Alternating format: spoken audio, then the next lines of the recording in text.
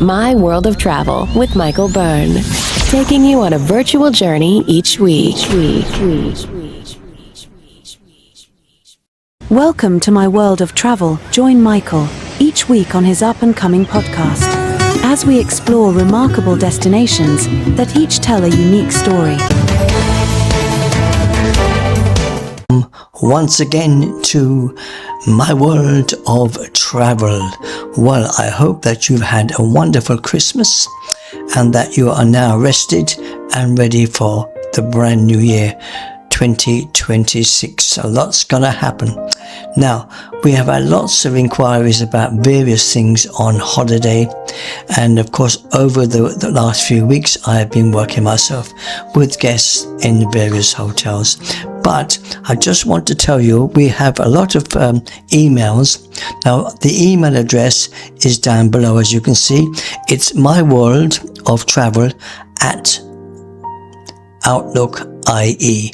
Please send all your questions to that email, not on Facebook or on the messenger, okay? Because then I can answer them. We've got quite a few to get through, so I've selected 10 of the questions and I have all the answers here ready for you.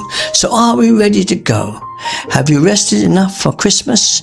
Welcome to My World of Travel with Michael. Now after this podcast, of course, we will be going on a virtual journey, and I'm not going to tell you where we will be going. It will be a mystery, okay? But off we go. First of all, I want to thank you all before Christmas, those who did enter and who wrote questions.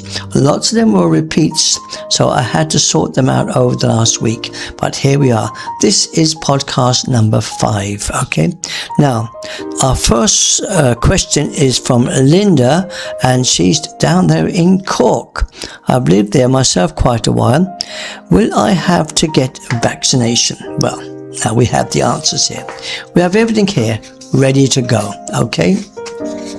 Now, first of all, as you can see, I've even taken the time to type out the answers for you. Which vaccination will I need? Well, many destinations don't need vaccinations, okay? That's one thing. But some places such as India, Vietnam, Indonesia and Cambodia will require you to take a trip to the doctor's surgery for your jabs. Vaccinations for cholera, diphtheria, polio and tetanus boosters, hepatitis A, combined hepatitis A and B, and typhoid, of course, in some countries. It's wise to seek your doctor's advice around 8 weeks before you travel. Your doctor should also talk to you about anti-malaria drugs if needed, and how your vaccination will affect any other medication you may be taking. If you are concerned you've left it too late to get an appointment, you can arrange to get your jabs in a private clinic. But this can be expensive.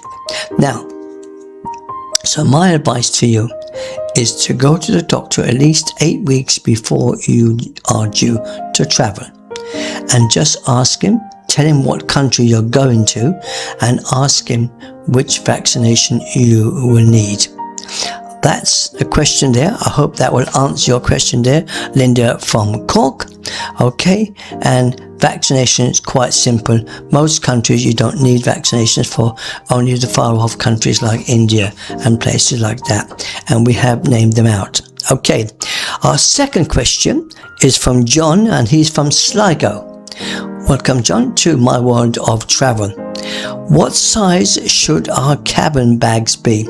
Now, this is one that's always hitting people because they don't know what size they should be. Right, what size of cabin baggage is allowed? That's the most important thing. This varies from airline to airline, and it's always best to check your airline before you start packing your carry-on luggage. For example, each airline have different standards, so check. Sometimes they don't, but they might measure it. And if it's too large, they'll pop it into their hold. This is inconvenient for many reasons, the most pressing being that the airline may charge you for stashing the bag in the hold, so you will have to pay for that extra case.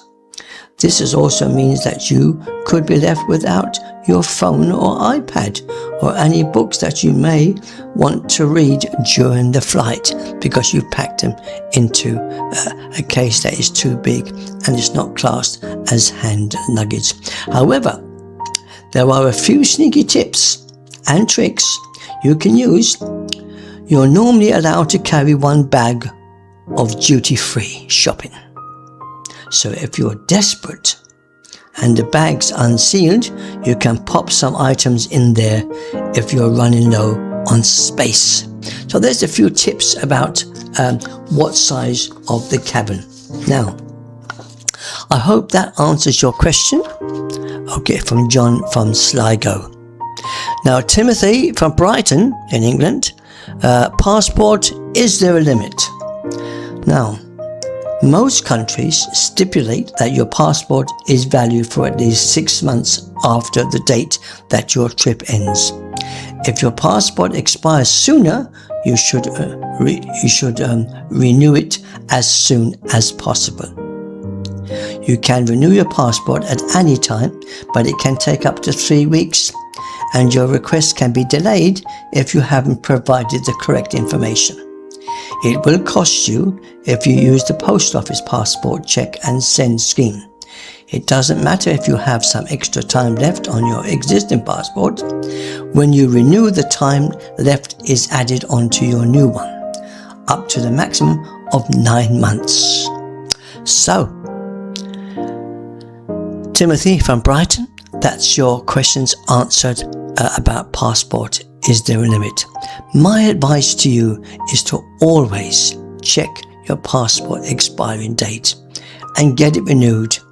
I got mine renewed there a few weeks ago and it didn't take me that long, but now it's up to date. So that's very important. Now, from Lillian from Croydon. Hi Lillian, and welcome to my world of travel. You're talking about liquids in the hand luggage. Now, we have heard so much on the media about they will be stopping the restriction, but we do not know yet. So what about liquids in my hand luggage? That was the question from Lillian. Okay, much like your cabin baggage allowance, airports are normally notoriously stringent when it comes to liquids in the carrier or on luggage. Each bottle or container must be no more than 100 mils and must be carried in a single transparent resealable plastic bag. These are normally supplied for free at the airport. These rules are changing at some airports, so do check before you do book your flight. Don't think that your life would be easier if you just breeze through and buy toiletries from Boots. You'll be charged double. It's easier to buy a set of empty plastic bottles before you leave. Primark or Superdrug stock these. And decant your own shampoo, conditioner and shower gel. Don't forget that you're only allowed to use one plastic bag, and makeup counts as a liquid, a paste or a gel, so only pack what you really need. But I think they are changing some airports, so do check about it. But it is very important. Don't carry too much, because you can buy most of those items in the resort you're going to, the country. So do check. Always check the country you are going to. You might have to save a lot of money. You might not need all these plastic bags. Okay? Now, that's from Lillian from Croydon. Liquids in the hand luggage. Now, Sam from Southgate. Best way to pack for your holiday? Well, how can I pack effectively? Well, packing is very important. It's a skill in itself. Don't just throw everything into your suitcase and sit on it. Firstly, find all the clothes that you want to take. Then put half of them back. You're now ready to pack for 3 to 5 day trips. Clothes. But the secret is I've written down a lot of items there, but the secret is think of where you're going. Okay, will you be in shorts mostly? If it's going to a warm climate, you might need warm clothes at night time or first thing in the morning, a cardigan or something. So it's all to do with sensibility. Okay, how can I pack effectively? Well, there's some ideas about packing. Okay, but it's quite self-explanatory. Just pack what you need. Don't overpack because you'll end up paying loads of money. Okay, right, that was from Sam in Southgate. Best way to pack for your holiday. I hope I've given you nice tips there. Now, Jacqueline from Manchester. Will I need holiday insurance? Well, of course you will. Yes, you do. A lot of people think about their EHIC card will do the job if they fall ill or have an accident abroad. But sadly, this isn't the case. The same goes for credit card accident covers and private health insurance. They're unlikely to give you the protection you need if something happens while you're abroad. If you need medical assistance while you're on holiday and you're not insured, it could cost you thousands of pounds. The treatment fees will be charged back to you. Not only does travel insurance make sure you'll receive the best treatment as quickly as possible, but it also takes care of any cost if you have missed your flight home and have to book another one. It's a simple, effective way of making sure you can travel with peace of mind, knowing you will be taken care of if something unexpected happens. But my idea is for you to pick the right holiday insurance. Check it out. Check what it does cover and what it does not cover. And sometimes you might have to pay a little cost there at the resort if it's under a certain figure. But you can do all that. But the answer to that question is, of course, you need holiday insurance. You cannot take a chance because you could end up being stuck there and costing you thousands. Okay, so that's the answer to that. Jacqueline from Manchester. Will I need holiday insurance? The answer is yes, you will need holiday insurance. Now, number 7 from Haven, from down there at Epsom. Is it good to learn some first aid? Well, you should always know a few first aid essentials. Whether at home or abroad, it's vital that you know how to call an ambulance in a foreign country. Write this down or save it on your phone before you leave and encourage the rest of your party to do the same. In Europe, 112 is the number for the emergency service. There are plans to eventually make this the worldwide emergency number, but until then, an internet search is necessary.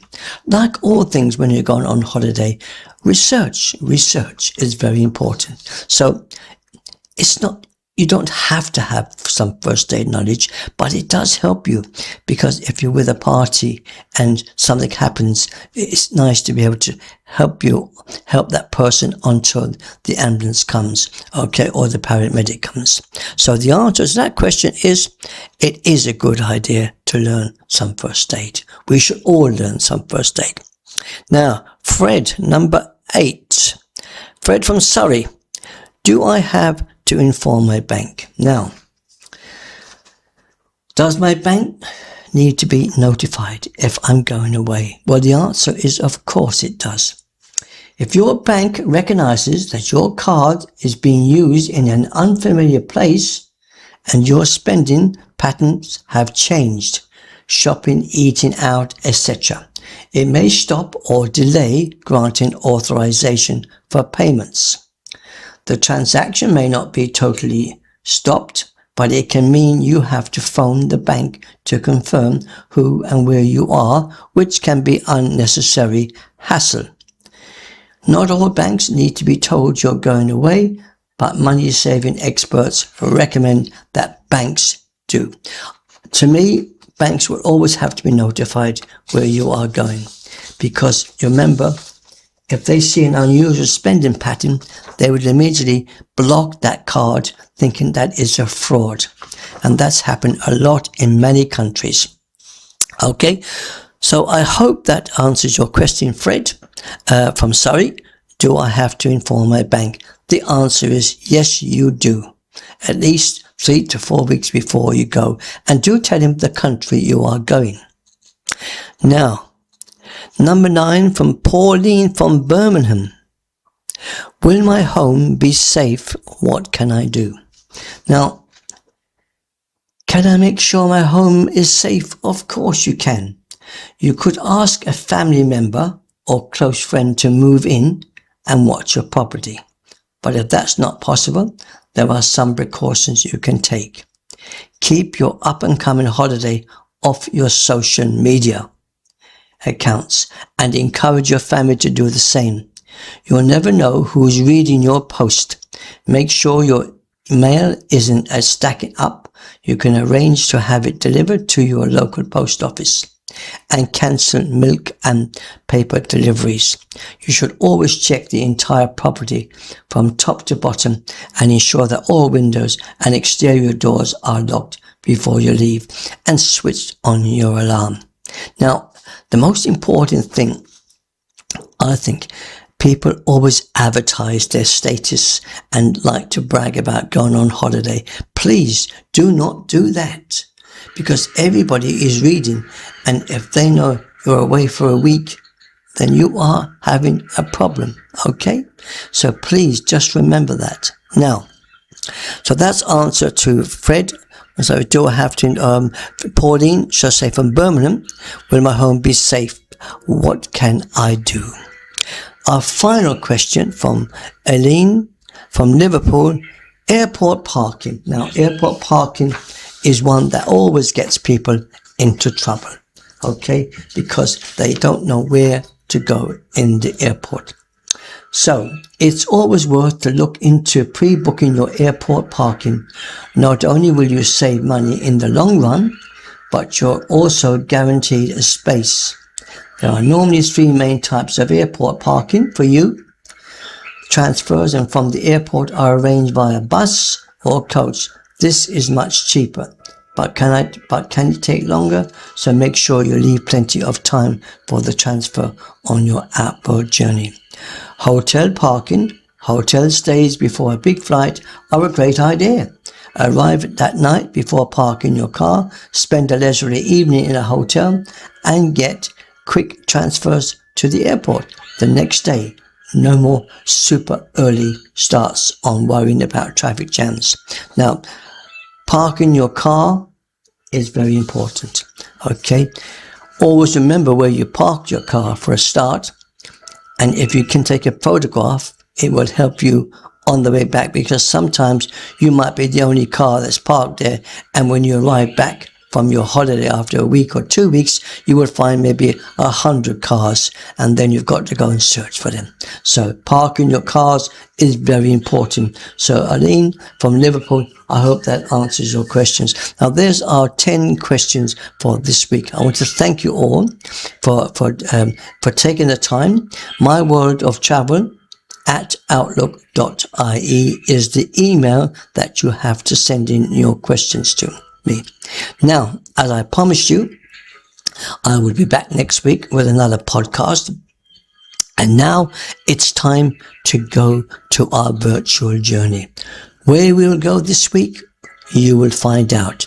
So from me, Michael, thank you very much for tuning in to My World of Travel. And I hope that I've answered some of your questions. Now, this will be also on my Tube channel, so you can always download it and keep it. It's very handy. The main thing about holidays is to research, okay? Research all the questions you might have. Half of them will be answered if you do the research. Go to the airport, go to the hotel. So for me, it's nearly time, 20 minutes. Oh, just over the time. But for me, Michael, want to wish you all a fantastic week, and I look forward to meeting you again next week. In the meantime, from Michael, bye for now, and thank you for tuning in to My World of Travel. It is now time for your virtual journey. Let's see where you will go. My World of Travel with Michael Byrne, taking you on a virtual journey each week. My World of Travel with Michael Byrne, taking you on a virtual journey each week. Welcome, travelers. Join me, Michael, on an exciting virtual journey across China, where we'll explore its incredible diversity and rich culture. From stunning mountains to vast rivers, China boasts a mesmerizing array of geographical features that are as diverse as its culture. Let's begin our adventure with one of the most iconic landmarks, the Great Wall of China, a symbol of endurance and ancient history. China's cultural richness shines during its festivals. Join us as we celebrate customs that date back thousands of years. Now, let's savor the flavors of China. From dumplings to Peking duck, we'll discover the culinary treasures that make this cuisine world-renowned. Experience the contrast between China's modern city life in Beijing and the timeless charm of ancient Lijiang. Art is ingrained in Chinese culture. Let's dive into the mesmerizing world of calligraphy, painting, and vibrant opera performances. China's journey into the modern age has reshaped the global economy. Let's explore how this nation is making its mark on the world stage. Planning a trip to China? Here are some essential do's and don'ts to ensure you have the best experience when visiting. Our journey through China has come to an end, but I invite you to share your own adventures in the comments with Michael. Email paulmusicum@yahoo.co.uk. My World of Travel with Michael Byrne, taking you on a virtual journey each week.